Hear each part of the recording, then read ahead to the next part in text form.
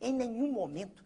Não vejo nenhuma razão para essa comparação. Doutor Enéas, eu queria saber, quando o senhor faz essas críticas aos meios de comunicação, por falta de responsabilidade, o senhor diz que, na eventualidade de ser presidente, usaria de mecanismos, quer dizer, eu queria entender... Jurídicos, mecanismos jurídicos. Que mecanismos são esses? Hoje a Constituição não prevê nenhum tipo de intervenção, a imprensa é livre no país, e eu queria saber se o senhor batalharia para criar algum tipo de mecanismo de controle dos meios de comunicação. Vamos lá. Hoje mesmo eu estive com a TV Bandeirantes, eu conversei com o senhor presidente da organização, disse exatamente o que estou dizendo aqui. Eu digo as mesmas coisas sempre, com clareza meridiana. Com a clareza do líquor de quem não tem meningite. A mesma coisa sempre.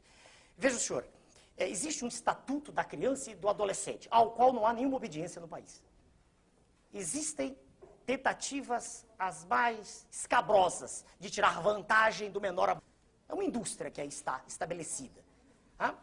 Então, é perfeitamente possível, usando a lei, tendo inteligência e vontade de ação firme, conversar com diretores dos meios de comunicação e mostrar a eles que é possível, ainda mais estando na presidência da República, com o poder que a lei confere, e tendo um Congresso que naturalmente estará afinado. E eu lhe digo, por que estará afinado? Eu digo já. Imagine o senhor que, tendo 1 minuto no horário eleitoral gratuito, eu chegue a ser eleito. Imagine o senhor, apenas como exercício de raciocínio. Eu terei mostrado de forma inequívoca a toda a imprensa brasileira que tudo que é transmitido todos os dias não é o que a população quer. Em todas as páginas dos jornais, eles estão repletos de notícias dos candidatos da imprensa. Aqueles que a imprensa prestigia. Que ela diz que tem experiência política. Como se experiência política fosse andar pelas ruas fazendo greves, gritando, ou fazendo comícios, eu não vejo assim. Eu vejo, senhor, que experiência resulta de aprendizado, de conhecimento do assunto. Por isso eu estou esperando que nós comecemos a falar das questões magnas aqui já. Mas essa é uma questão que pode ser considerada um problema brasileiro. O senhor foi o primeiro a apontar o problema da forma como que os de meios... respeito à criança que existe hoje. E esse não é um problema brasileiro? Eu já citei para o senhor o Estatuto da Criança e do Adolescente e a outra questão também, a qual não se faz referência normalmente, que é o direito de concessão.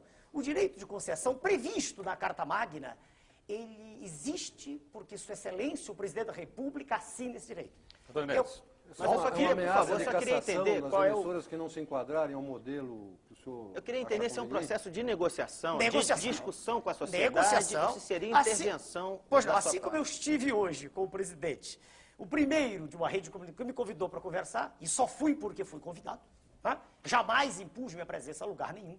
Estou aqui porque os senhores mandaram um ofício, claro, calcado na lei, mas eu quero crer que conversar com os diretores, presidentes dos meios de comunicação, como todos são chefes de família, e apenas eles participam do processo, porque, quero crer, não há outro jeito, é uma briga por ibope. Quando se ficar claro, quando não houver dúvida, quando for irrefragável a tese que existe comando na nação, e nessa história de faz de conta que aí está, sabe? Perdoe-me, essa bagunça generalizada que hoje é o Estado brasileiro, fraco, incapaz de tomar decisões, mal informado, mal organizado, com uma desordem em todos os níveis. Quando ficar claro que não é mais assim, eu quero crer que não será difícil. Pois não. Nós temos mais uma pergunta do jornalista, eu queria que o senhor respondesse ao nosso telespectador, José Carlos Plácido, da Vila Olímpia. Ele quer rapidamente saber do senhor o seguinte: se o senhor não passar para o segundo turno, o senhor aceitaria ser ministro de algum outro governo? Com todo respeito ao telespectador, com todo respeito ao senhor telespectador, é impossível... Fala aqui? Pois não. É impossível, senhor que fez a pergunta, muito obrigado ao senhor, mas é impossível ser ministro de um governo inepto. Veja o senhor que perguntou o que acontece agora com, não me lembro, o senhor Osíris, o senhor secretário da Receita. Não adianta, imagine o senhor que eu fosse, por hipótese, que aceitasse essa tese. Jamais aceitarei com o modelo que está, jamais. Já declarei isso por escrito, em documento que está registrado em Brasília. Não quero ser profissional de política, não gosto disso. Eu quero ser um estadista, quero endireitar, quero fazer com que a nossa nação respire, com que a nossa nação possa emergir desse lodaçal em que ela está mergulhada. Como eu poderia aceitar ser ministro se, quando qualquer medida firme fosse ser tomada, imediatamente eu seria obrigado a demitir-me? Como posso eu aceitar teses de um candidato à presidência da República, que é o representante legítimo das multinacionais do país? Quem é, doutor Enéas? Sua Excelência, o senhor Fernando Henrique, é o representante legítimo das multinacionais do país? Legítimo. É um homem que defende um processo neoliberal que estraçalina e temos outros exemplos muitos, mas respondendo ao senhor telespectador, eu não posso ser ministro. Veja o senhor, se eu quisesse ter qualquer cargo, eu teria sido candidato a deputado federal e sem nenhum convencimento estólido, sem nenhuma bobagem, eu teria tranquilidade de eleição em qualquer estado, qualquer unidade da federação. Ok, Tonés, pergunta agora do jornalista Rui Xavier. Pois não, Ouvindo o senhor assim, a minha sensação é que o senhor ficou mais duro. Mais duro? Mais duro. Nos últimos, desde a última eleição para cá. Quer dizer, eu lendo o noticiário aqui, várias reportagens sobre o senhor. Posso tomar também, água aqui? Pode, à vontade. Também me dá essa impressão, e parece que passa essa impressão, que o senhor ficou uma pessoa mais dura, mas tem aqui até algumas reportagens que diz, tem um título aqui que eu não vou conseguir localizar aqui, que diz, chegou o neofascista, o novo neofascista. Então, minha pergunta para o senhor é o seguinte, o senhor mudou? O que houve com o senhor? Quer dizer, anteriormente só figurou uma impressão mais simpática para... E agora está uma coisa mais dura, falando mais. Posso responder? Pode, claro. Com respeito à sua pergunta e a tudo que ela possa traduzir, né, de modo explícito ou implícito. Veja o senhor, eu sempre falei durante os 15 segundos com o mesmo tom enérgico que eu falo agora. Isso é da minha personalidade. Eu não sou de meias palavras. Eu tenho clareza no que penso e no que digo. Não tenho dissociação cérebro-língua, nem nenhuma dificuldade de articular o meu pensamento. Aprendi a falar e escrever corretamente. Naquela época, eu tinha um tempo pequeno, então grande parte das pessoas, incluídos jornalistas também, não conseguiam entender o que eu dizia. E achavam engraçada a frase final, meu nome é Enéas. Muitos achavam que eu estava brincando, querendo ser deputado mais à frente, ou um cargo. Surpreendi todos, quando não fui candidato a nada, porque eu não quero, não preciso disso. Sou médico, sou professor de cardiologia, tenho do que viver. Eu não fiquei mais duro.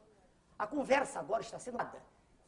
É possível agora o senhor acompanhar com mais tranquilidade, e todos que me ouvem, não só agora a forma, mas o fundo, o conteúdo do que está sendo dito. Eu falei em fevereiro de 1991, eu não sei se o senhor assistiu ao pronunciamento, uma hora inteira em cadeia nacional, e disse coisas extremamente duras. Eu fui o primeiro presidente de partido político que teve coragem de pedir a sua excelência, o presidente Collor, que renunciasse naquela ocasião. Pela desgraça a que ele estava lançando a ação. Em que? A que ele estava lançando. O senhor votou nele no segundo turno? Não, eu não dei meu voto, por favor. Por favor, não acredito nesses senhores que estão.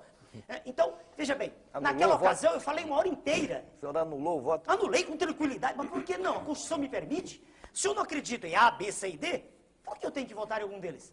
Por que eu tenho que dizer... Em branco? Não, em branco eu sei que há processos de fraude, todo mundo sabe disso. Isso é notório no país. E o voto em branco permite que aqui, no meio do trajeto, alguém põe, eu anulo o voto, por que não? É a maneira mais clara, mais categórica, mais peremptória de eu dizer que não acredito naquilo. Aparentemente, o senhor não acredita só de A, B, C, o senhor não acredita em ninguém de A a Z, pelo que o senhor está dizendo. Depende de quem se apresenta. Aí, não, Só o senhor. Então, podia inverter essa pergunta? Pode, só um instantinho para o senhor, por favor. Não, pois é, nessa linha. Senhor Clóvis, um minutinho. Eu não vejo no cenário que aí está. Se eu visse, eu não me teria candidatado. Perceba o senhor uma coisa. Eu não gosto do processo. Senão pertenceria a ele tranquilo, estaria a palavra que os senhores usam. Processo, exatamente o que é processo? É essa imundícia em que se transformou o quadro político brasileiro. É essa situação de vergonha que cada brasileiro tem quando chega no exterior. Eu estou falando de quem pode ir ao exterior, porque pobre não sai nem do bairro onde mora, não consegue nem pagar a passagem. Essa situação de mentira que é lançada nas telas da televisão e nos jornais todos os dias. E vou dar exemplos para os senhores, vamos falar de coisas concretas. Previdência, que é uma farsa. A maioria das coisas que são apresentadas, quando se diz que existem 2 para 1, isso é mentira. Misturam-se os homens da cidade com os homens do campo. A relação na cidade é quase 4 para 1. A relação no campo é meio para 1. Quando se junta isto tudo, e os senhores são jornalistas, sabem da verdade, cria-se o 2 para 1. Então, a 2 indivíduos, isso é mentira. O que ocorre é que arrecada-se muito pouco no campo. E como se arrecada muito pouco no campo, a cidade paga pelo campo. Então, tem-se a impressão que a Previdência está falida. Ela tem, aliás, um saldo de $1 bilhão. O que se quer é privatizar tudo para que grupos espúrios, né, tomem conta e aí o Estado fica endividado, como aconteceu no Chile. O Estado fica endividado e os grupos têm um grande negócio. Então, deixa bem claro. Quando você disse o processo, eu quero dizer o seguinte, eu não gosto dessa maneira como um candidato a presidente se curva. Para ser eleito, ele se curva. Ele não acredita na força dele. E ele faz composições, ele procura um vice, ele procura um... Para quê? Para que ele tenha, eu não faço isso. Eu sou exatamente o mesmo. Meu candidato a vice-presidente é o Almirante. Almirante Roberto Gomes Silva.